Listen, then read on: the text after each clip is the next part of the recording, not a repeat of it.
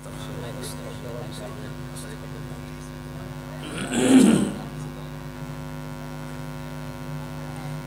عليكم ورحمة الله وبركاته.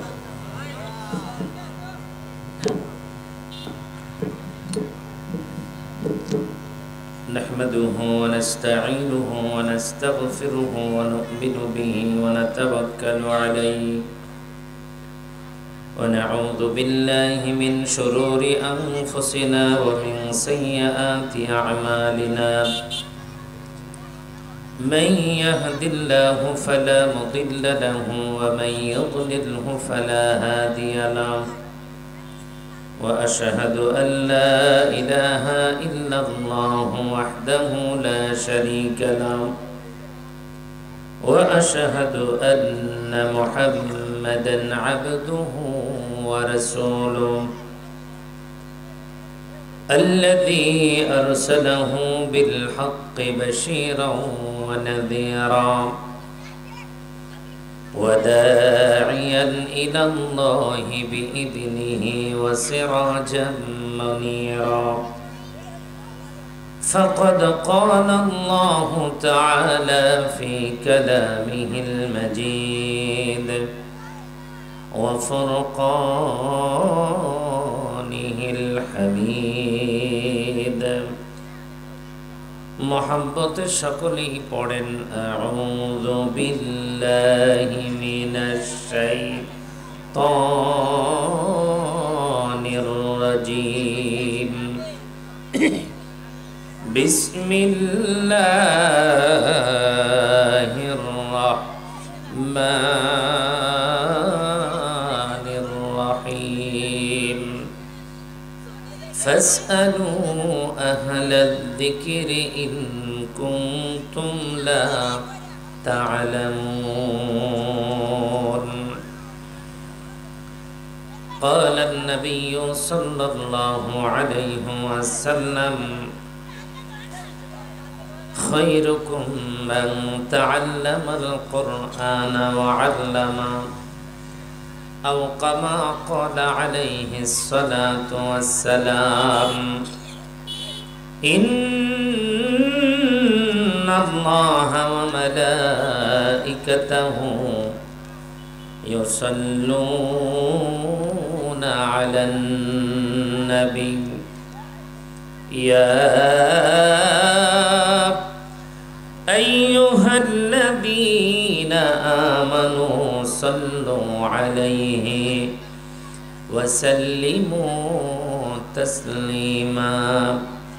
اللهم صل على محمد وعلى آل محمد كما صليت على إبراهيم وعلى آل إبراهيم إنك حميد مجيد.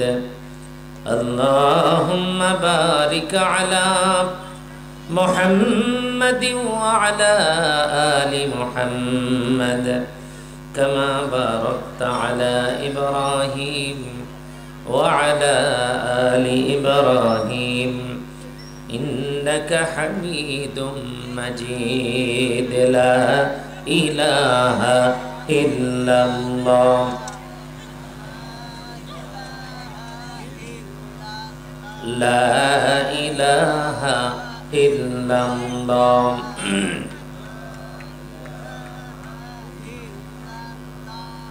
لا إله إلا الله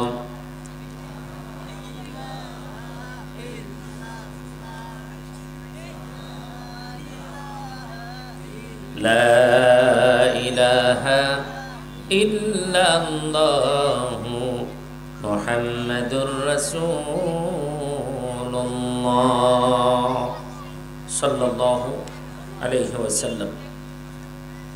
আলহামদুলিল্লাহ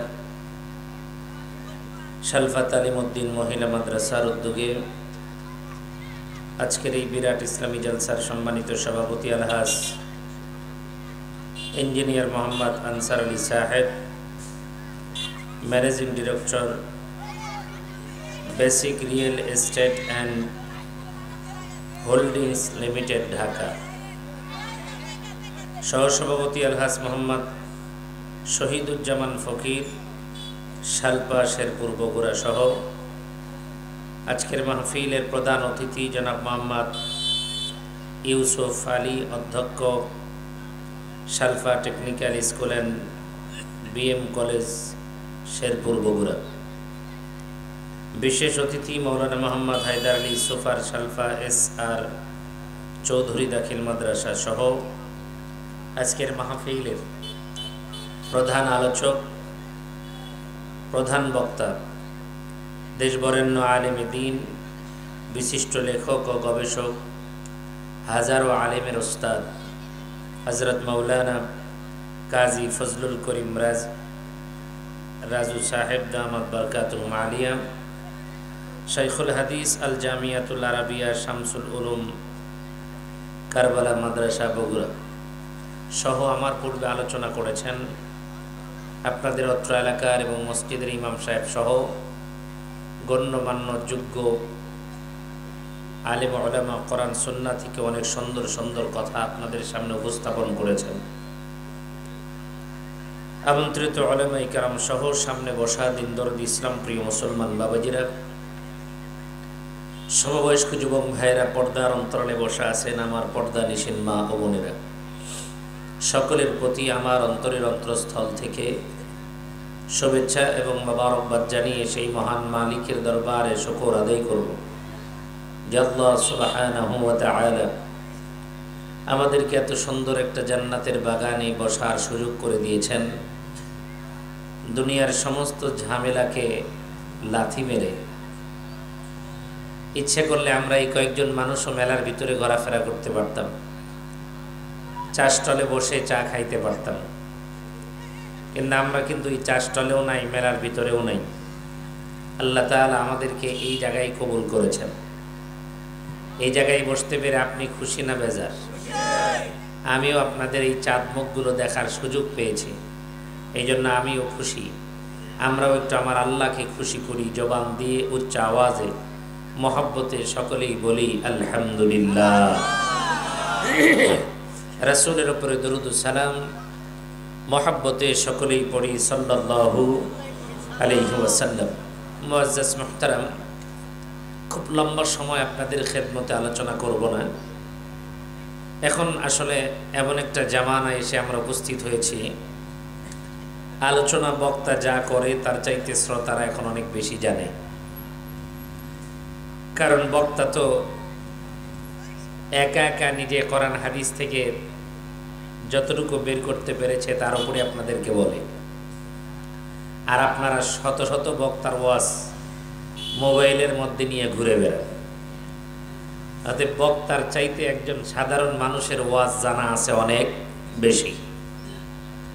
কিন্তু মূল সমস্যা কথাই, মূল সমস্যা হলো ওই জায়গায় যে আমরা ওয়াজ সবাই জানি এবং বলি, কিন্তু আসলে যেটা প্রয়োজন সেটা আমরা করি না। যেমন আপনার আমার জমি আছে, আপনি জানেন এই জমিতে আবাদ করলে, ধান আবাদ করলে ধান পাওয়া যাবে, গম আবাদ করলে গম পাওয়া যাবে, আলু আবাদ করলে আলু পাওয়া যাবে, এটা আপনি জানেন। কিন্তু আপনি জমিতে কোনোদিন হাল নামান নাই, জমিতে কোনোদিন সার দেন নাই, জমিতে কোনোদিন পানির সেচ ঠিক মতো দেন নাই, কিন্তু আপনি সব জানেন। বলেন তো দেখি, আপনি ঘরে বসে আলু পাবেন? যারা কথা বলে না তাদের ঘরে মনে হয় আলু অটোমেটিকলি আসে। এটা জবানটা খুলে বলেন, পাওয়া যাবে? ধান পাওয়া যাবে? গম, ভুট্টা কোনো কিছুই পাওয়া যাবে না। তার মানে হলো জমি থাকলেই হবে না। জমি কিভাবে আবাদ করতে হয় এই পদ্ধতিটা জানলেও হবে না, ওটা প্রয়োগ করতে হবে। কথা কোন ঠিক কিনা? এখন কথা হলো প্রয়োগ হয় না কেন? জমিও আছে, জানাও আছে, প্রয়োগ করতেছি না কেন? প্রয়োগ না করার পিছনে আরেকটা কারণ হলো, আমি জানি কিভাবে আবাদ করতে হয়, আমি জানি জমিতে কিভাবে ফসল ফলাইতে হয়, কিন্তু এই কাজগুলো করার মতো যেই শক্তি সামর্থ্য এটা আমার নাই। তাহলে আমাকে একজনের কি নিতে হয়? সহযোগিতা নিতে হয়। তখন আমি দুইটা কাজ করি, হয় নিজে কোনো লোক নিয়ে কাজ করি, না হলে আমার জমিটা অন্যের কাছে বর্গা দেই। কথা কোন ঠিক কিনা? কিন্তু মুসলমান, এই পৃথিবীতে আল্লাহ তাআলা আপনাকে আমাকে সৃষ্টি করেছেন, আল্লাহ তাআলা সব দিয়েছেন। আল্লাহ সৃষ্টি করে ঘোষণা করেছেন আমরা সর্বশ্রেষ্ঠ, আমরা সর্বশ্রেষ্ঠ। আচ্ছা বলেন তো, এই শ্রেষ্ঠত্ব রক্ষা করার দরকার আছে না নাই? আল্লাহ তাআলা আমাদেরকে যেমন শ্রেষ্ঠ উম্মত করে বানিয়েছেন, শ্রেষ্ঠ মানুষ করে বানিয়েছেন, ঠিক তেমনি করে আমাদের পুরস্কারও যেমন শ্রেষ্ঠ, তিরস্কারও তেমন শ্রেষ্ঠ। বলবেন হুজুর কেমন, বুঝলাম না। আমাদের জন্য পুরস্কার আল্লাহ নিজেই বলেছেন, ইন্নাল্লাযীনা আমানু ওয়া আমিলুস সালিহাতি কানাত লাহুম জান্নাতুল ফিরদাউসি নুজুলা। আল্লাহ বলেন, ইন্নাল্লাযীনা আমানু, নিশ্চয় যারা ঈমান এনেছে, ওয়া আমিলুস সালিহাত, এবং নেক আমল করেছে। আল্লাহ তাআলার ঘোষণা হলো কানাত লাহুম জান্নাতুল ফিরদাউসি নুজুলা। আমিও সকল বান্দাদের জন্য যতগুলো জান্নাত আছে তার মধ্যে সর্বশ্রেষ্ঠ জান্নাত জান্নাতুল ফিরদাউস আমি আল্লাহ তাআলা তাদেরকে দান করব। জাহান্নামের মধ্যেও সবচাইতে বড় যেই জাহান্নাম, যেই জাহান্নামকে দেখে অন্য জাহান্নামীরা ভয় করে, ওই জাহান্নামও আমাদের জন্য আবার তিরস্কার আছে। অতএব আমাদের এই শ্রেষ্ঠত্ব বজায় রাখার জন্য আমি আপনাদের সামনে এখন বুঝার জন্য বলতে চাই, বাজান, জমিতে আবাদ করার পদ্ধতি আপনার জানা, সব কিছু জানেন, আবাদও করতেছেন, বাট অন্যের জমিতে 20 মণ ধান আসে, আপনার জমিতে 10 মণও আসে না। এখন আপনি বুঝে থাকলে বলেন তো দেখি, আপনি ওই অবস্থায় থাকবেন না কারো কাছ থেকে পরামর্শ নেবেন? কথা বুঝে বলেন। পরামর্শ নিব। কেন পরামর্শ নিব? যে আমার পাশের জমির আলের মানুষ, সে 20 মণ ধান মারতে পারে, আমি পারি না কেন? তার মানে অবশ্যই আমার পদ্ধতিগত কোনো ভুল আছে। এখানে উপস্থিত যারা আছেন আমরা সবাই মুসলমান, আমাদের প্রত্যেকের পরিচয় হলো আমরা মুমিন। কিন্তু কথা হলো আমরা নামাজ জানি, আমরা রোজা জানি, আমরা হজ জানি, আমরা যাকাত জানি, আমরা সব কিছু জানি। এরপরেও যদি এমন হয় কাল কিয়ামতের ময়দানে আমি নামাজ পড়েছি, আমি রোজাও করেছি, আমি হজ করেছি, আমি যাকাত দিয়েছি, আমি দান সাদকা করেছি, আমি পর্দা করেছি, আমি কোনোদিন মিথ্যা বলিনি, আমি সর্ব অবস্থায় সত্য বলেছি, সব আমল আমি করে কিয়ামতের ময়দানে যদি আমার আমল নামাটা জিরো হয়, কি হবে? এখন বলবেন হুজুর এত ইবাদত করার পরেও জিরো হবে কেমনে? এখন আসেন, আপনার জমিতে আপনি পানি সেচ দেন, কিন্তু পানি সেচ দেওয়ার পরে আধা ঘন্টা পরে গিয়ে দেখেন জমিতে পানি নেই, আবার পানি সেচ দিচ্ছেন, আবার আধা ঘন্টা পরে গিয়ে দেখলেন পানি নেই। ওই অবস্থায় রাখবেন না অন্য কিছু ভালো করে খেয়াল করবেন? আচ্ছা বলেন তো দেখি, পানি থাকে না কেন? কথা বোঝে নাই মনে হয়। হ্যাঁ, মাঝখান দিয়ে কি আছে? ওই যে লিক আছে, লিক।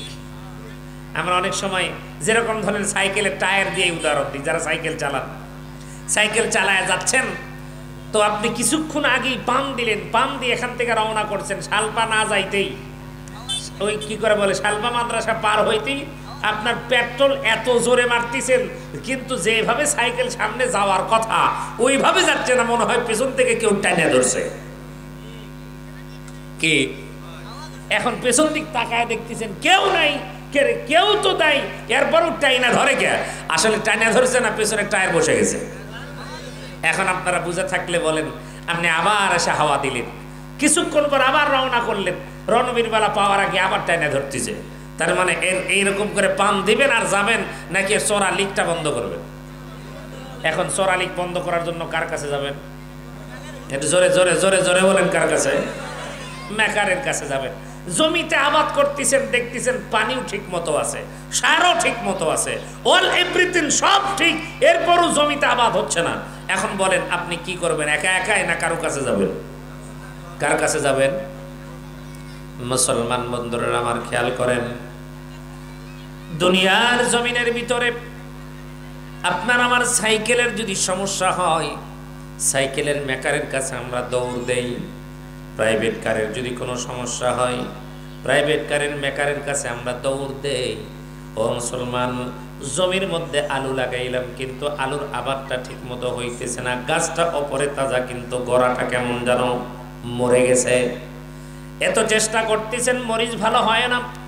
এত চেষ্টা করলেন, আবাদ আপনার ভালো হইতেছে না। আপনি কিন্তু চুপচাপ করে বসে থাকবেন না, আপনি ওই আলুর গাছটা নিয়ে চলে যাবেন কৃষি অফিসে। কথা কোন ঠিক কিনা? ও মুসলমান, আল্লাহর গোলাম, আপনি যদি বিল্ডিং তৈরি করতে চান, ওই বিল্ডিংটা যদি 5 তলা করবেন না 10 তলা করবেন, এটার জন্য আপনি কি পরিমাণ কয়শত রড দিবেন, আপনি কি পরিমাণ সিমেন্ট ব্যবহার করবেন, কত দূর পর্যন্ত আপনার ভিত করতে হবে, এই জন্য কোনো মৌলবীর কাছে কিন্তু আপনি যাবেন না, এই জন্য কোনো ডাক্তারের কাছে কিন্তু আপনার যাওয়া যাবে না। আপনি তখন তালাশ করবেন একজন ইঞ্জিনিয়ার। কথা কন না কেন ঠিক কিনা? এ মুসলমান, আল্লাহর গোলাম, ঠিক তেমনি করে এই দুনিয়ার জমিনের ভিতরে আপনি আশরাফুল মাখলুকাত, আল্লাহ রাব্বুল আলামিন আপনাকে মানুষ করে বানাইছে, আপনাকে রাসূল সাল্লাল্লাহু আলাইহি ওয়াসাল্লামের উম্মত করে এই দুনিয়ার জমিনের মধ্যে পাঠিয়ে দিয়েছেন। কিন্তু বাজানলে আপনার আবাদ না হলে কৃষি অফিসে চলে গেলেন, আপনার সাইকেলের সমস্যা হলে মেকারের কাছে চলে গেলেন, আপনার দেহের ভিতরে রোগের প্রবলেম হলে ডাক্তারের কাছে চলে গেলেন, কিন্তু একটা বারের জন্য আপনি কখনো চিন্তা করলেন না আমি 5 ওয়াক্ত নামাজ পড়ি, আমার নামাজ হয় কি হয় না, আপনি একটা বার চিন্তা করেন নাই। আপনি রোজা করতেছেন, আপনার রোজা কবুল হলো কি হলো না, একটা বারের জন্য আপনি চিন্তা করেন নাই। আপনি হজ করলেন, আপনার হজ আল্লাহর দরবারে কবুল হলো কি হলো না, একটা বারের জন্য আপনি চিন্তা করেন নাই। তার মানে মুসলমান, হজ করলেই কিন্তু হবে না, হজের মধ্যে ফরজ আছে, হজের মধ্যে কিন্তু ওয়াজিব আছে। নামাজ শুধু পড়লেই চলবে না, নামাজের বাহিরে ভিতরে ফরজ আছে, নামাজের ভিতরে ওয়াজিব আছে, নামাজ ভঙ্গের কারণ আছে। ও মুসলমান, শুধু ঈমানওয়ালা হলেই হবে না, ঈমান ভঙ্গের কারণও আছে। এই কারণগুলো যদি আপনি তালাশ করতে না পারেন, তার মানে মুসলমান, জমির মধ্যে লিক থাকলে যেমন পানি দিলে পানি থাকে না, ঠিক তেমনি করে একজন মুমিন মৃত্যু পর্যন্ত আমল করলেও তার আমল নামায় নেকি থাকবে না। এই জন্য শুধু একা একা নামাজ পড়লে চলবে না, একা একা রোজা করলে চলবে না, একা একা হজ করলে চলবে না। আমার আল্লাহ রাব্বুল আলামিন সরাসরি আমার নবীর উপরে কোরআন নাজিল করতে পারতেন, মাধ্যমের প্রয়োজন ছিল না। এই তো কিছুক্ষণ আগে আপনাদের মসজিদের খতিব সাহেব আলোচনা করতেছিলেন, তিনি কিন্তু বলছেন আপনাদের সামনে আল্লাহর নবীর কাছে কোরআন নিয়েছেন জিবরাইল, কিন্তু আসলে কথা হলো আমার আল্লাহর মাধ্যম বানায় দিয়েছে জিবরাইলকে। জিবরাইল নবীর কাছে আসলেন, নবীজিকে প্র্যাকটিক্যাল শিখায় দিয়েছেন। ও মুসলমান, দুনিয়ার জমিনের ভিতরে সব কিছু আমরা প্র্যাকটিক্যাল করলাম, কিন্তু বড় আফসোস, বড় দুঃখজনক হলেও সত্য, আমাদের নামাজ আমরা কখনো প্র্যাকটিক্যাল করি নাই, আমাদের রোজা কখনো প্র্যাকটিক্যাল করি নাই, আমাদের হজ কখনো প্র্যাকটিক্যাল করি নাই, আমাদের যাকাত কখনো প্র্যাকটিক্যাল করি নাই। বলবেন হুজুর বুঝলাম না, কেমনে যাকাত দেওয়া লাগে, কতটুকু অর্থ থাকলে যাকাত ফরজ হয়, কোনো হুজুরের সাথে পরামর্শ করি নাই। এখন বলবেন হুজুরের কাছে যাওয়া লাগবে কেন, আমার কাছে তো কোরআন আছে। অথচ আপনি কোরআন পড়তে জানেন না। আপনি হয়তো বলেন হুজুর আমি কোরআন পড়তে জানি, আমি হাদিসও পড়তে জানি, কিন্তু সব জানার পরেও সমস্যা। তার পেছনে কারণ কি?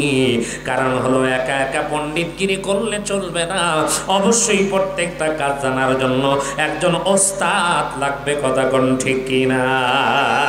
এই জন্য আমার আল্লাহ রাব্বুল আলামিন বলেছেন, ফাসআলু আহলাদ যিকরি ইন কুনতুম লা তা'লামুন।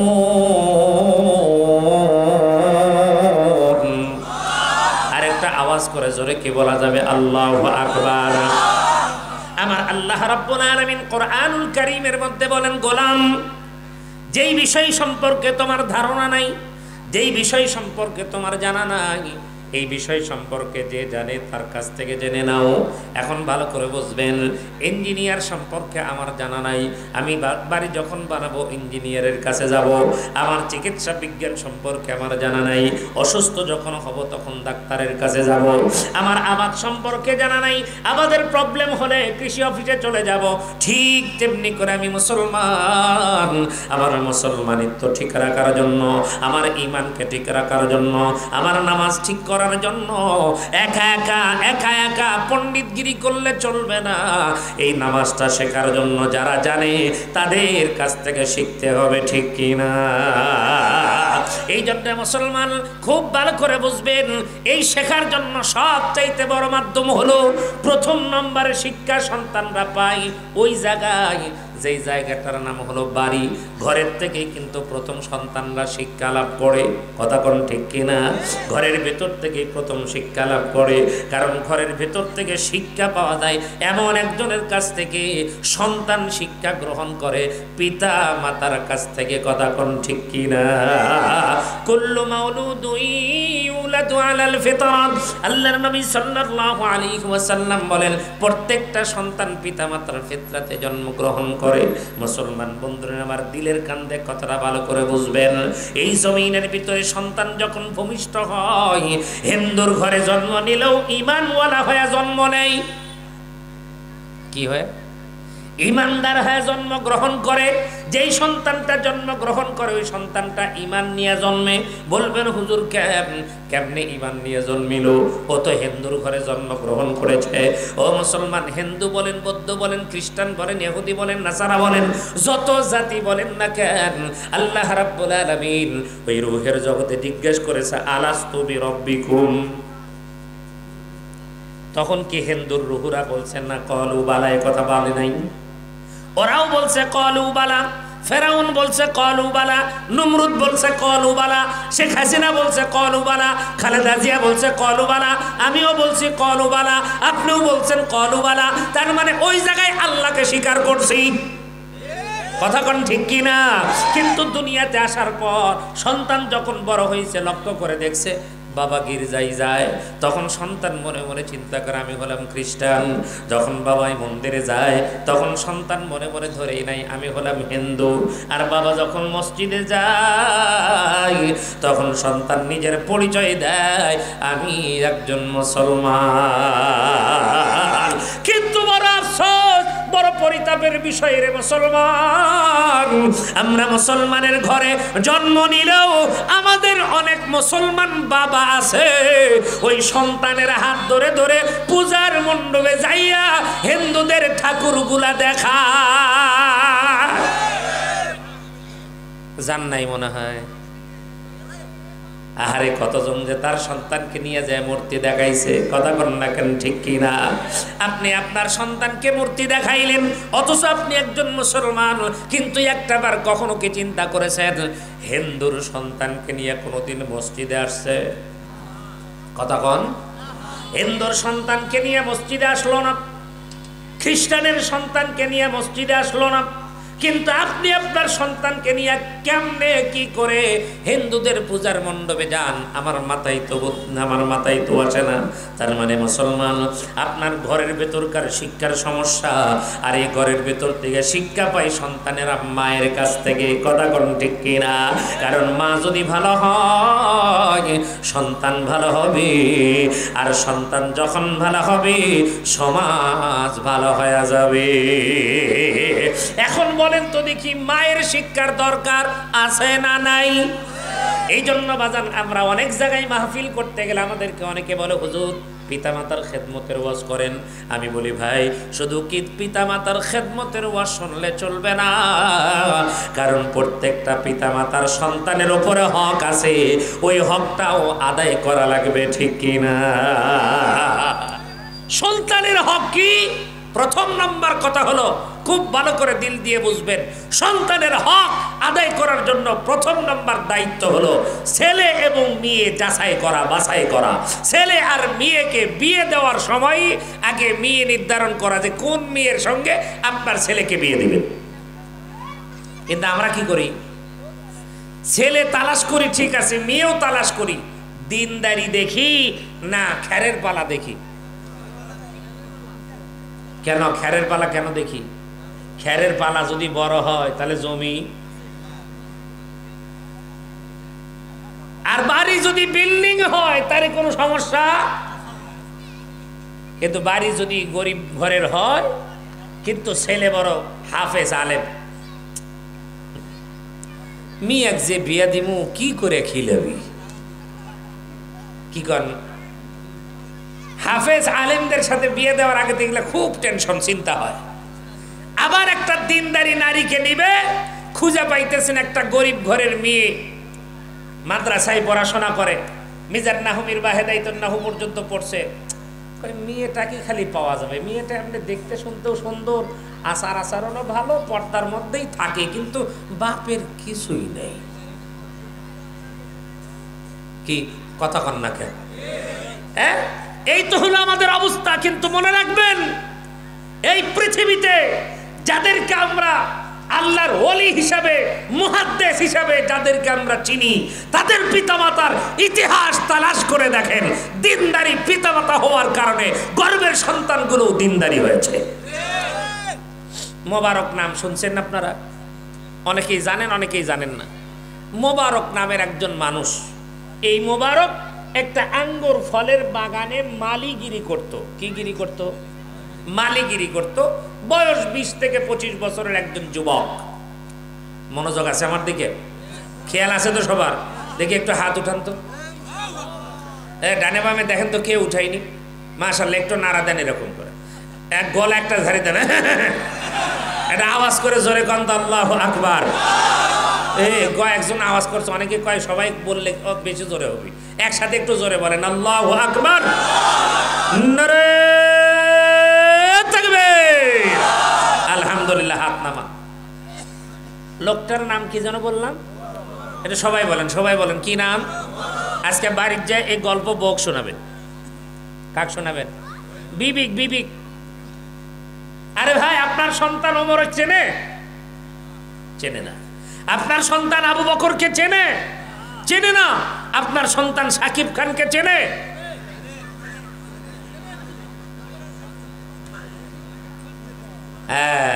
এখন বলবেন হুজুর আপনি কেমনে ছিলেন?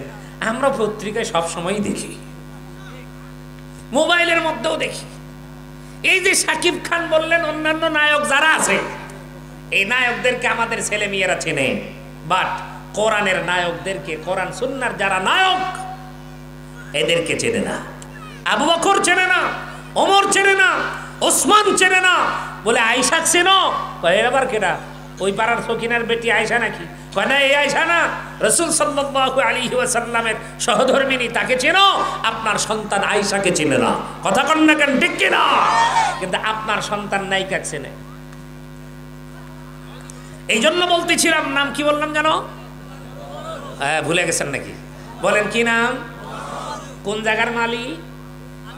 আঙ্গুর। মাশাআল্লাহ, আঙ্গুর ফলের বাগানের মালিক। মাত্র 20-22 বছর বা 25 বছরের টাটকা যুবক। 1 বছর নয়, 2 বছর নয়, 4-5 বছর হলে ওই বাগানের মালিকিরি করে।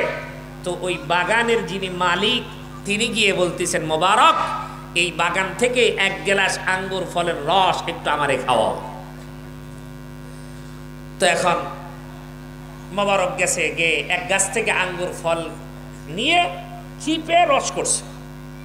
রস করে এবার মনিবের কাছে নিয়ে এসে দিছে।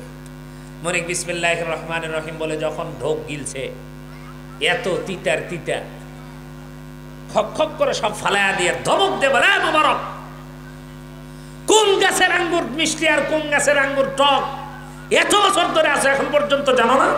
আর তুমি আমাকে এই টক ফল খাওয়াইছো?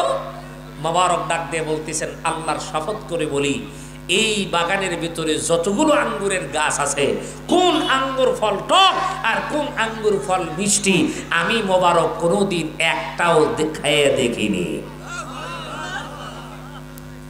আর আমাদের দেশের মাছ পাহারা দিবার দিচ্ছেন একজনও। পাহারাদার ঠিকই আছে, পুকুরের পানিও ঠিকই আছে, 6 মাস পরে জাল ফেঁক দিয়ে দেখতেছেন মাছ একটাও নেই। কি কথা কি ভুল বললাম নাকি? তার মানে হলো, বেড়াই কি খায়? বেড়াই যদি খ্যাত খায় তো খ্যাতের অবস্থা থাকবে কি?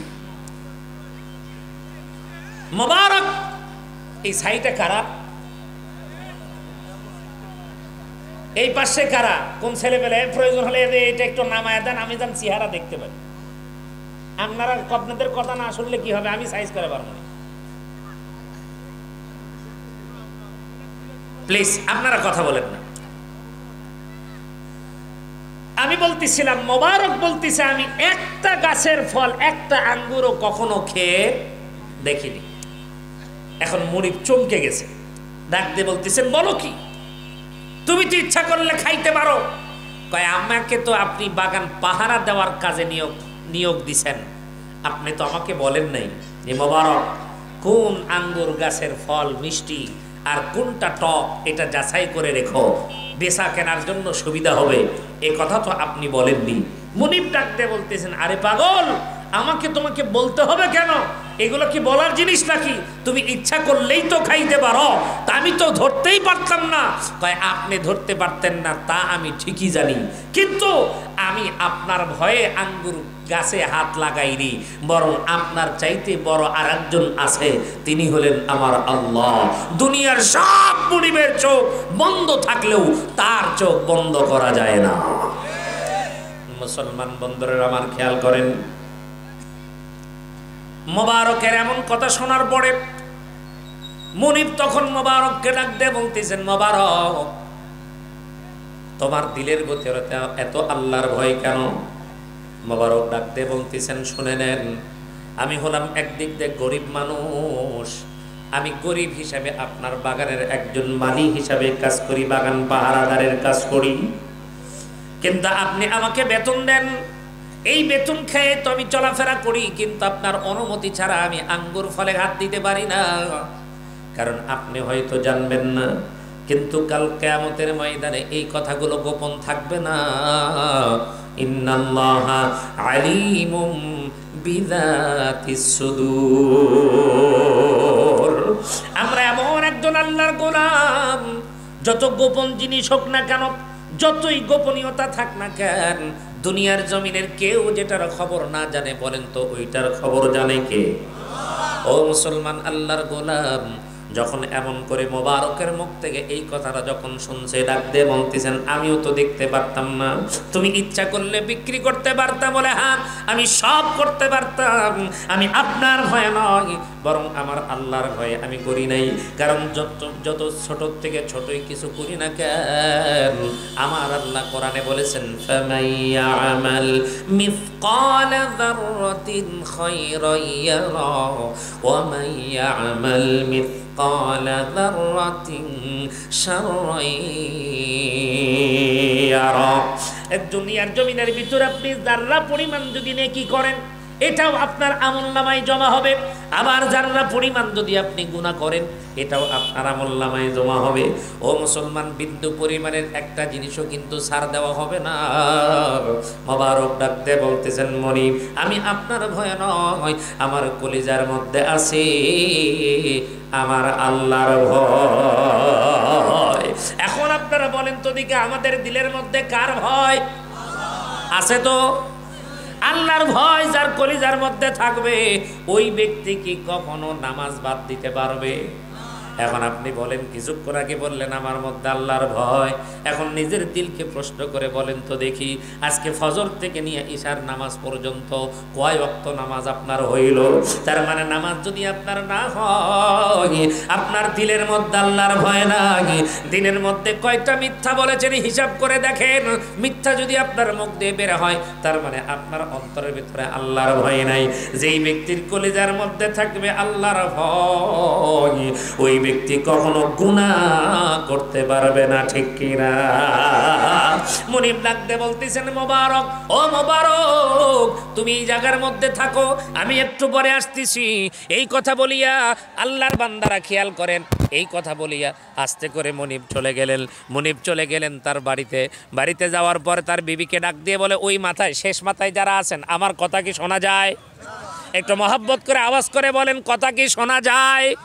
তাহলে একটু আপনারা চুপচাপ থাকেন, আমার আওয়াজটা শুধু আপনারা কান দিয়ে শুনতে থাকেন। মুনিব এক মুহূর্ত দেরি করলো না, তার বাড়িতে চলে গেল। বাড়িতে যাওয়ার পর তার বিবিকে ডাক দিয়ে বলতেছেন, বিবি রে আমি তোমার সঙ্গে একটু পরামর্শ করব, একটু মহব্বত দিয়ে জিকির করেন লা ইলাহা ইল্লাল্লাহ, জোরে জোরে লা ইলাহা ইল্লাল্লাহ।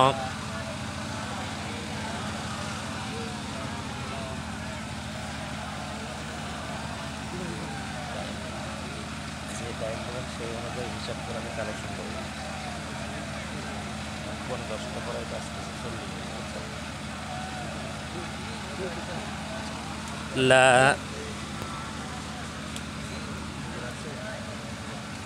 লা ইলাহা, না না না কিছু লাগবে না, এমনি শুনলাম যে হুজুর আসছে কিনা বা কয়টায় দিবে, তার সেই অনুযায়ী আসছে।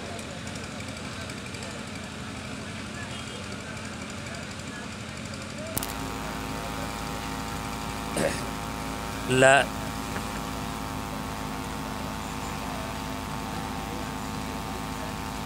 আচ্ছা, মহব্বতে লা ইলাহা ইল্লাল্লাহ।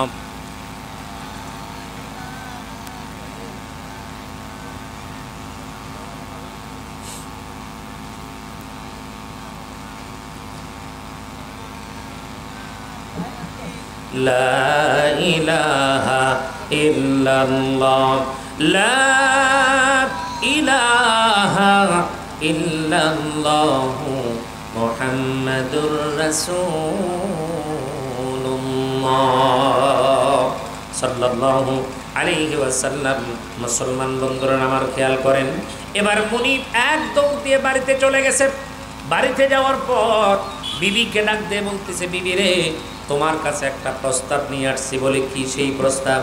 বলে আমাদের ঘরে যে একটা মেয়ে আছে, এই মেয়ের জন্য এতদিন পর্যন্ত আমরা একটা জামাই খুঁজতেছিলাম, কিন্তু আমরা জামাই পাইতেছিলাম না। এ যাবৎ পর্যন্ত যতগুলো ছেলে নিয়ে আসছি, যতগুলো যুবককে নিয়ে আসছি, আমাদের মেয়ে ওই যুবকদেরকে পছন্দ করে নাই। একটা যুবকের সন্ধান আজকে মিলেছে। এবার মা ডাক দিয়ে বলতেছেন, কে সেই মেয়েটা, সেই ছেলে বলো। ডাক দিয়ে বলতেছেন, আমাদের বাগানের মালি মোবারক। এবার চমকে গিয়ে কই, কি তোমার মেয়েকে তুমি একজন মালিক হইয়া একজন চাকরের সঙ্গে বিয়ে দিতে চাও? ডাকতে বলতেছেন, বিবিরে, আমি আসলে মালিক হইলে কি হবে, প্রকৃতপক্ষে ওই যুবকের অন্তরের ভিতরে আসল মালিকের ভয়। জোরে কন্যা আল্লাহু আকবার। ডাকতে বলতেছেন, বিবিরে, আমি সমস্ত ঘটনা তোমাকে বলতেছি, দেখো এমন একটা ছেলে যদি হয় তাহলে আমাদের মেয়ের জন্য কিন্তু বড় ভালো হবে, কারণ এত সুন্দর দিনদারি একজন যুবক এই সমাজে পাওয়া যাবে না। ও মুসলমান, এই কথা শোনার পরে বলতেছে, তা তো বুঝলাম, কিন্তু আপনার এই প্রস্তাব যদি আপনার মেয়ের কাছে দেন, আপনার মেয়ে এই প্রস্তাবটা গ্রহণ করবে কিনা এটা আগে আপনার মেয়ের কাছ থেকে শোনেন। এবার মেয়ের কাছে যখন প্রস্তাবটা দেওয়া হলো, ডাক দিয়ে বলা হলো, মা গো, ও মা, তোমার সঙ্গে একটা ছেলেকে আমরা বিয়ে দিবার চাই। এই ছেলেটা আর অন্য কেউ নয়, আমাদের বাগানের একজন মালিক, নাম হলো তার মোবারক। এই মোবারকের ভিতরে বড় দিনদারি আছে, মোবারকের ভিতরে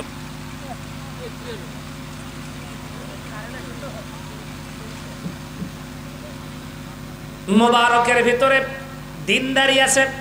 এই জন্য মা তোমার সঙ্গে তার বিয়ের ব্যবস্থা করতে চাই, তাহলে তোমার মতামত কি? এবার মেয়েটা ডাক দিয়ে বলতেছেন, বাবা আলহামদুলিল্লাহ।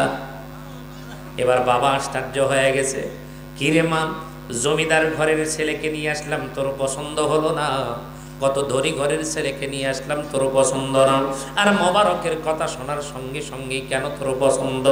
ডাক দিয়ে বলে, বাবা, আমাকে তোমরা কোরআনের জ্ঞান শিক্ষা দিয়েছ, আমাকে তোমরা হাদিসের ইলম শিক্ষা দিয়েছ, সেখান থেকে যেই বিদ্যা অর্জন করতে পেরেছি, ওখান থেকে জানতে পেরেছি শুধু একজন সুদর্শন যুবক দেখলেই চলবে না, একজন পরহেজগার যুবক যদি জীবন সঙ্গিনী হয় তাহলে এই দুনিয়াতেও শান্তি, আখিরাতেও মুক্তির ব্যবস্থা হবে।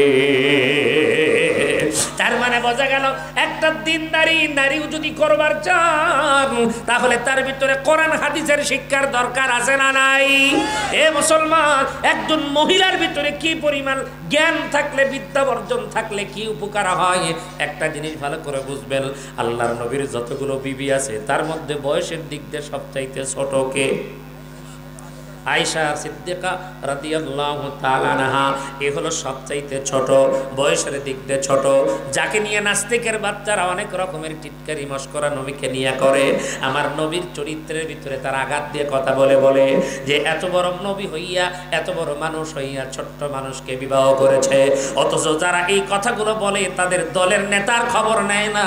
ও মুসলমান, আমাদের দেশের বড় বড় নেতা রবীন্দ্রনাথ ঠাকুর থেকে শুরু করে নিয়ে যারা আছে তাদের ইতিহাস তালাশ করে দেখেন, ওদের বউগুলার বয়স হলো 6 বছর, 7 বছর, 9 বছর। ওরা করলে দোষ নাই, নবী করলেই দোষ। তার মানে ওরা হলো ইসলামকে খাটো করবে, এটাই হলো তাদের মূল টার্গেট। কথা কোন ঠিক কিনা? এ মুসলমান, আল্লাহর গোলাম, একটু ভালো করে বুঝবেন, আল্লাহর নবী সাল্লাল্লাহু আলাইহি ওয়াসাল্লাম নিজের চাহিদা পূরণ করার জন্য বিয়ে করে নাই। যদি নিজের চাহিদা পূরণ করার জন্য যদি বিয়ে করত, 25 বছর বয়সে গিয়া 40 বছরের মহিলাকে বিয়ে করত না। এ কথা বলেন না কেন, ঠিক কিনা? ওরা কিন্তু 40 বছরের খাদিজার গল্প বলে না, ওরা 6 বছরের 9 বছরের আয়েশার গল্প আমাদেরকে শোনায়। আমি আপনাদেরকে একটা কথা বোঝানোর জন্য বলি, শুনে রাখবেন। আল্লাহর নবী বিবাহ করেছেন নিজের চাহিদা পূরণ করার জন্য নয়, বরং ইসলামের জন্য আল্লাহর নবী বিবাহ করেছে। কারণ খাদিজাকে বিবাহ করার কারণে আল্লাহর নবীর কি পরিমাণ উপকার হয়েছে। ও মুসলমান, ওই সময়ের ভিতরে মক্কার জমিনের ভিতরে সবচাইতে ধনাঢ্য ব্যক্তি তিনি ছিলেন হযরত খাদিজা রাদিয়াল্লাহু তাআলা আনহা। তার সম্পদের মধ্যে কোনো অভাব ছিল না। একটা জিনিস ভালো করে মনে রাখবেন, খাদিজা রাদিয়াল্লাহু তাআলা আনহা যখন জীবিত ছিল তখন 5 ওয়াক্ত নামাজ তার উপরে কিন্তু ফরজ হয় নাই, কারণ তখন নবীর উপরে 5 ওয়াক্ত নামাজের হুকুম জারি হয় নাই, রোজার হুকুম জারি হয় নাই। কিন্তু এরপরও আমার আল্লাহ জিবরাইলের মাধ্যম দিয়া আমার নবীকে জানায় দিয়ে বলে, নবীজি, আমি আল্লাহ খাদিজার উপরে খুশি, খাদিজারে আমার পক্ষ থেকে সালাম। আল্লাহু আকবার বলেন। আল্লাহ কেন কেন কেন কেন খাদিজারে আল্লাহ তাআলা সালাম দিয়েছেন? তার পেছনে যে কয়েকটা কারণ আছে, তার মধ্যে একটা কারণ ছিল, মুসলমান, আল্লাহর নবীর কদমে সমস্ত সম্পদ সিদ্দিক খাদিজা রাদিয়াল্লাহু তাআলা আনহা নবীর কদমে দান করে দিছে। এই জন্য আল্লাহর নবী খাদিজাকে বিবাহ করেছিলেন। তার মানে এখানে কাহিসাত পূরণের জন্য তো নয়। এখন বলবেন, হুজুর তাহলে আয়েশা সিদ্দিকা রাদিয়াল্লাহু তাআলা আনহাকে কেন? এই গল্পটা বলার জন্য আপনাদের সামনে আরেকটা গল্প বলতে হবে। ওই গল্পটা হলো এই, হযরত আবু বকর আর হযরত ওমর আর হলো হযরত আবু হুরায়রা রাদিয়াল্লাহু তাআলা আনহু, দুইজনের মধ্যে বাজার লেগে গেছে ঝগড়া। কি লাগছে? কি নিয়ে ঝগড়া লাগছে? একটা মাসআলা নিয়ে। হযরত ওমর রাদিয়াল্লাহু তাআলা আনহু বলেন, এ আবু হুরায়রা, আমি আমার নবীর মুখ থেকে একটা মাসআলা শুনেছি। বলে কি? বলে স্বামী স্ত্রী মিলন যখন শেষ হবে তখন তার উপরে গোসল ফরজ হবে। আবু হুরায়রা বলে, না, আপনার এই জানাটা ভুল। আমি তো নবীর কাছ থেকে শুনেছি, নবীজি নিজেই বলেছেন, সেটা হলো এই যে স্বামী স্ত্রী মিলনের শুরুতেই গোসল ফরজ। এখন আপনারা বোঝা থাকলে বলেন, একজন বলে স্বামী স্ত্রী মিলনের শেষে গোসল ফরজ, আর একজন বলে স্বামী স্ত্রী মিলনের শুরুতেই গোসল ফরজ। এখন আপনারা বোঝা থাকলে বলেন তো দেখি, আবু হুরায়রা বুঝি ছোট সাহাবী? কথা কয় না বারে। তার মানে আর বাকি যারা কথা কইতেন যারা চিন্তা করতেছে আবু হুরায়রা সাহাবা কিনা তাও কি জানি। আল্লাহু আকবার। মন খারাপ করেন না, কথার এই কারণে বললাম, কারণ আমাদের সাহাবীদের জীবনী পড়া বা শোনার টাইমই তো নাই। জানবো কখন, শুনবো কখন, বুঝবো কখন? ও মুসলমান, আল্লাহর নবীর কাছ থেকে যত হাদিস বর্ণনা করা হয়েছে তার মধ্যে সবচাইতে বেশি হাদিস যার মাধ্যমে বর্ণনা করা হয়েছেন তিনি হলেন হযরত আবু হুরায়রা রাদিয়াল্লাহু তাআলা আনহু। তিনি ছিলেন, তার নাম ছিল আব্দুল্লাহ, কিন্তু বিড়াল ছানার পিতা হয়ে গেছে। তার মানে বিড়ালকে মহব্বত করিয়া চাদরের মধ্যে করে নিয়ে শুকানোর জন্য নিয়ে গিয়েছিলেন। নবীর সামনে যখন বসেছে, চাদরের মধ্যে থেকে বিড়াল ছানা বের হয়ে দৌড় দিয়েছে। আল্লাহর নবী বলেন, ইয়া আবা হুরায়রা, আল্লাহু আকবার বলেন। আব্দুল্লাহ নাম আর নাই, আমার নবীর মুখ দিয়ে ওই যে আবা হুরায়রা নামটা বের হয়ে গেছে। কিয়ামত পর্যন্ত আমরা আবু হুরায়রা নামে তারে চিনব। সেই আবু হুরায়রা রাদিয়াল্লাহু তাআলা আনহু বলতেছেন, স্বামী স্ত্রী মিলন শুরু করতেই তখন গোসল ফরজ হয়। এইটা আপনাদের সামনে, যেহেতু এটা কোরআনের মাহফিল, এই জায়গার ভিতরে ছোট বড় অনেক রকমের মানুষ আছে, এইটা ব্যাখ্যা করার বিষয় নয়, আপনারা একটু বুঝে নেবেন। স্বামী স্ত্রী মিলন এই শুরুতেই কিন্তু গোসল ফরজ, এই কথা বলতেছেন আবু হুরায়রা।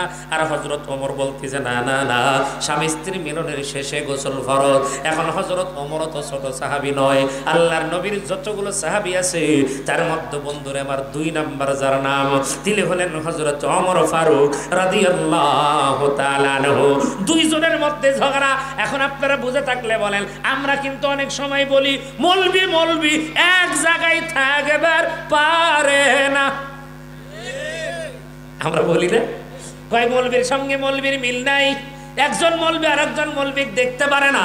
এ ভাই, আসলে মৌলবীর মধ্যে মৌলবীর কোনো শত্রুতা নাই, বরং এক জায়গায় 2 মৌলবি বসলে তারা মাসলা নিয়ে আলোচনা করে। শোনেন, একটা জিনিস ভালো করে মনে রাখবেন, আলেমদের মধ্যে যত মতানৈক্য বেশি থাকবে, সঠিক তথ্য আপনাদের কাছে তত প্রকাশিত হবে। 2 আলেম ঝগড়া করবে, যেরকম আমাদের মধ্যে আছে না, হাত এখানে বাঁধবো না এখানে বাঁধবো, এই হাদিস আপনাদের জানা? কথা হয় জানা আছে? হ্যাঁ, শুনে শুনে না বই পড়ে? শুনে শুনে, তাহলে ওটা জানা হলো না। ওটা যারা কিতাবাদি পড়ে, ডাইরেক্ট পড়ে যারা শিখেছে, তাদের মধ্যে থেকে ঝগড়া হয়। একজন বলতেছে এটা জয়ীফ, আর একজন কইতেছে এটা জয়ীফ। এখন আপনি চুপ করে দাঁড়ায় থেকে শুনতেছেন, 2 জনের তর্কাতর্কি হতে হতে হতে হতে 2 জনই বলল এই কিতাব নিয়ে। এখন 2 জন 2 দিক থেকে কিতাব নিয়ে এসে প্রকাশ হয়ে গেল কি, কই এটাই আসল, ওটাই জয়ীফ। এখন যেটা আসল বের হলো, বলেন তো দেখি, ঝগড়া করলো ওরা, মাঝখান থেকে যেটা আসল বের হলো, উপকার কার হলো? আর আমরা কি কই, হুজুররা আর একজনের সাথে দেখতে পারে না, তর্কাতর্কি করে, মারামারি করে না। আলেমদের ঝগড়া হলে তো মাসআলা নিয়ে হয়। মাসআলাগত দিক থেকে একটা জিনিস মনে রাখবেন, আলেম যদি মাসআলা নিয়ে গবেষণা করে করে করে করে মাসআলা যদি ভুলও বলে তাও একটা নেকি হবে, আর মাসআলা শুদ্ধ বললে তাও ডবল নেকি হবে। আর আপনি আমি গবেষণা করবে গেলে উল্টা হবে। উল্টা কেমন? এক লোক টয়লেটে গেছে বদনা নিয়ে, পায়খানা কমপ্লিট, এবার পানি খরচ করবে। বদনা উঠেছে, বদনায় পানি নেই। এখন বদনা কেরম করে ডাক দেখে, তুই আমারে ঠকাইলি। পরের দিন আবার ওই একই বদনা নিয়ে বাথরুমে গেছে, ওই দিনও পানি নেই। পানি খরচ করার সময় কি নাই? পানি নাই। তার মানে কি বুঝলেন? বদনার মধ্যে কি আছে? কানা আছে। এই কানা দিয়ে পানি সব। তৃতীয় দিন ওই বদনাত করে পানি নিয়ে যে এখন একা একা গবেষণা করতেছে। গবেষণা করে চিন্তা ভাবনা করে কয়, 2 দিন বদনা তো আমারে ঠকাইলো, আজকেও তো পায়খানা শেষ করার পরে আমারে ঠকাইতে পারে, অতএব না, আজকে আর ঠকতে রাজি নাই, আগে পানি খরচ করব, পরে পায়খানা করব। কি সালা, কি গবেষণা! এই জন্য বলতেছি, যে যেটা জানে না সে সেটা নিয়ে গবেষণা করা যাবে না। আমার যে আয়াত, এটা কি, ফাসআলু আহলা যিকরি ইন কুনতুম লা তা'লামুন, যে বিষয় সম্পর্কে তোমার ধারণা নাই, জানা নাই, ওই বিষয় যারা জানে তাদের কাছ থেকে। মুসলমান বন্ধুরা আমার খেয়াল করেন, তাহলে আল্লাহর নবীর 2 জন সাহাবী, একজন হলেন ওমর আর একজন হলেন আবু হুরায়রা রাদিয়াল্লাহু তাআলা আনহু। 2 জনের মধ্যে যখন এমন করে কথা হয়, প্লিজ আমার দিক লক্ষ্য করেন, খেয়াল করেন, গুরুত্বপূর্ণ একটা বিষয় আপনাদেরকে বোঝানোর জন্য বলতেছিলাম। তার মানে 2 জনের মধ্যে যখন তর্ক হইতেছে, এখন আবু হুরায়রা তিনিও নবীর সাহাবী, হযরত ওমর তিনিও নবীর সাহাবী, কারণ ওমরও বলতেছেন আমি নবীর মুখ থেকে শুনেছি। এবার আবু হুরায়রা রাদিয়াল্লাহু তাআলা আনহু বলতেছেন, তিনিও বলেন আমি নবীর মুখ থেকে শুনেছি। দুজন সাহাবী যখন নবীর কথা বলেন, তাহলে দুজন সাহাবী তো মিথ্যা বলে না, দুজনের কথাই সত্য, কিন্তু আমল করব কোনটা, এটা কিন্তু আমাদের জানা দরকার। 2 জন মিলে পরামর্শ করে তখন হযরত ওমর ডাক দিয়ে বলতেছেন, ও ভাই, এই মাসআলাটা হলো ভিতরগত মাসআলা, কারণ এটা হলো ঘরের ভেতরের মাসআলা। কথা বলেন না কেন, ঠিক কিনা? এই মাসআলা হলো ভিতরে, আর ভিতরের মাসআলা যদি আমরা জানবার চাই, তাহলে এইটা জানার জন্য সবচাইতে উত্তম মাধ্যম হলো আমার মেয়ে হাফসা, নবীর হলো স্ত্রী। হাফসাকে জিজ্ঞেস করলে আসল তথ্য জানা যাবে। হাফসা যেইটা বলবে আমরা দুজন ওইটাই মেনে নিব।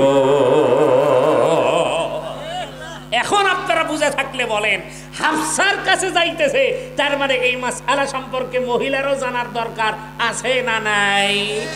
আমরা তো স্বামী স্ত্রী এক জায়গায় বসবাস করি, এক জায়গায় থাকি, স্বামী স্ত্রী মিলন হওয়ার পরে কোনটা পাক কোনটা না পাক, পাক কাপড় কিভাবে রাখবো, না পাক কাপড় কিভাবে পরিষ্কার পরিচ্ছন্ন রাখবো, এই ব্যাপারে বিবির মাসআলা জানার দরকার আছে না নাই? শিখাবেন আপনি। কারণ আমরা যখন বিয়ে করবার যাই তখন বউয়ের কাছ থেকে সূরা ফাতিহা ঠিকই শুনি, কিন্তু আমার কাছ থেকে কোনোদিন কেউ শোনেনি। কোন ছেলের কাছ থেকে কি সূরা ফাতিহা শুনছেন কখনো? হ্যাঁ, ওটা শোনা হয় না, মেয়ের কাছ থেকে শোনা হয়। এটাও ঠিক, কারণ একজন মা যদি শিক্ষিত হয় ওই সন্তানটাও শিক্ষিত হবে। কথা কোন ঠিক কিনা? মুসলমান বন্ধুরা আমার খেয়াল করেন, হযরত আবু হুরায়রা, হযরত ওমর রাদিয়াল্লাহু তাআলা আনহু, তারা দুজন মিলে এবার যখন নবীর বাড়িতে চলে গেলেন, এবার হাফসা রাদিয়াল্লাহু তাআলা আনহাকে ডাক দিলেন। হযরত ওমর ডাক দিয়ে বলে, মা, আমাদের দুজনের মধ্যে আজকে ঝগড়া লেগে গেছি, একজন আরেকজনের সঙ্গে আমরা তর্ক করতেছি, কিন্তু আমরা কেউ সমাধান আসতে পারতেছি না রে মা। তুমি যেহেতু নবীর বিবি, তোমার কাছ থেকে একটু জানবার চাই, এই মাসআলাটা যেহেতু ঘরের ভিতরকার মাসআলা, এই জন্য তোমার পক্ষে হয়তো জানা সম্ভব। বলো বলো বলো, এটা কি হবে? কারণ আমি ওমর আমার নবীর কাছ থেকে শুনেছি স্বামী স্ত্রী মিলনের পরে হলো গোসল ফরজ, আর আবু হুরায়রা রাদিয়াল্লাহু তাআলা আনহু বলে স্বামী স্ত্রীর মিলনের শুরুতেই গোসল ফরজ। এখন কোনটা সঠিক হবে তোমার কাছ থেকে জানতে চাই। হাফসা রাদিয়াল্লাহু তাআলা আনহা ডাক দিয়ে বলতেছেন, বাবা, এই সমস্যা সম্পর্কে আমার কাছে জানা নাই, তবে আমার মন বলে এই বিষয় সম্পর্কে সবচাইতে বেশি ভালো জ্ঞান রাখে আমাদের ছোট বোন, নাম হলো আয়েশা। আল্লাহু আকবার বলেন। আল্লাহ। মুসলমান বন্ধুরা আমার, একটা জিনিস ভালো করে মনে রাখবেন, কোরআনুল কারীম যারা হাফেজ হয়, এখানে হুজুররা যারা আছে, আলেম ওলামা যারা আছে, তারা কথাটা বুঝবে। বয়স যদি বেশি হয়, 17 বছর হয়েছে হাফেজ হয়েছে, ওর ইয়াদ, আর একটা হলো 10 বছর বা 12 বছরের ছাত্র হাফেজ হয়েছে, ওর কোরআন মুখস্থ ধরে রাখা, দুইজনের মধ্যে কিন্তু অনেক ডিফারেন্ট। এর পেছনে কারণ কি? ছোট্টবেলায় তার ব্রেনটা পরিষ্কার থাকে, যা ভেতরে ঢোকে তাই থাকে, আর যখন বড় হয় দুনিয়ার সমস্ত খেয়াল যখন মাথার ভিতর ঢুকে যায়, তখন ওই কথাগুলো মাথার ভিতরে রাখতে পারে না। কারণ আল্লাহর নবীর অনেকগুলো মাসআলা আছে, ঘরের ভিতরকার মাসআলা, বাহিরের মাসআলা আপনি আপনার হুজুরের কাছ থেকে জানতে পারবেন, আপনার মসজিদের ইমামের কাছ থেকে জানতে পারবেন, কিন্তু ঘরের ভিতরকার মাসআলা কে জানবে? এ মুসলমান, এই জন্য আমার আল্লাহ রাব্বুল আলামিন তামাম দুনিয়ার মহিলাদেরকে ঘরের ভিতরকার মাসআলা শেখানোর জন্য আমার আল্লাহ রাব্বুল আলামিন আয়েশাকে কবুল করেছেন। কারণ হলো আমার নবীর জন্য আয়েশাকে স্বয়ং আমার আল্লাহ পছন্দ করেছে। আল্লাহু আকবার বলে। এই দুনিয়ার জমিনের সাধারণ কোনো ঘটক নয়, স্বয়ং নবী আল্লাহ আমার নবীর বিয়ের ঘটকালি করেছেন, আল্লাহ রাব্বুল আলামিন পছন্দ করেছেন। আয়েশার সঙ্গে নবীর বিবাহ হয়েছে। সেই আয়েশা সিদ্দিকা রাদিয়াল্লাহু তাআলা আনহাকে আস্তে করে ডাক দিয়ে বলতেছেন, ও মা আয়েশা, আপনার কাছ থেকে জানতে চাই, আমি ওমর একটা বিষয় নিয়ে ঝামেলার মধ্যে পড়েছি। বলে কি বিষয় বলেন? বলে আমি তো আমার নবীর মুখ থেকে শুনেছি না, স্বামী স্ত্রী যখন মিলন শেষ করবে তখন তার গোসল ফরজ হবে, কিন্তু আবু হুরায়রা বলতেছে স্বামী স্ত্রী মিলনের শুরুতেই গোসল ফরজ। এখন এই দুইটা বিষয়ের কোনটা সলিউশন হবে, কোনটা সঠিক হবে, আপনার কাছ থেকে একটু জানবার চাই। হযরত আয়েশা সিদ্দিকা রাদিয়াল্লাহু তাআলা আনহা বলে, ওমর রাদিয়াল্লাহু তাআলা আনহু যেই কথা শুনেছে তার কথা শোনাও ঠিক, আবার আবু হুরায়রা যেইটা শুনেছে এইটাও ঠিক। আল্লাহর নবী